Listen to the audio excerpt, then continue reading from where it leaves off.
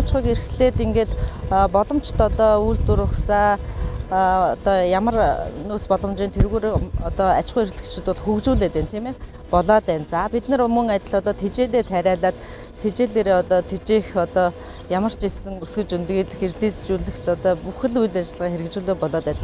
Тэгээ бидний одоо яг тулгамж байгаа асуудал гэх юм бол өнөөдөр одоо борлуулалт байна. Одоо махыг борлуулах уу, яаж хурганд нь борлуулах уу? Одоо бид нар бол малчид бол тижээгээд ч юм уу энэ яг саяны загвараар ингээ өсгөд үржүүлэх боломж байгаа. Тэгээд ямар зах зээл яаж борлуулах уу тийм ээ хинтээ яаж холбогдох уу тэр гаргалгааг нь сайн шийдээд өгөх юм бол ер нь боломж бол байгаа гэж хардаг.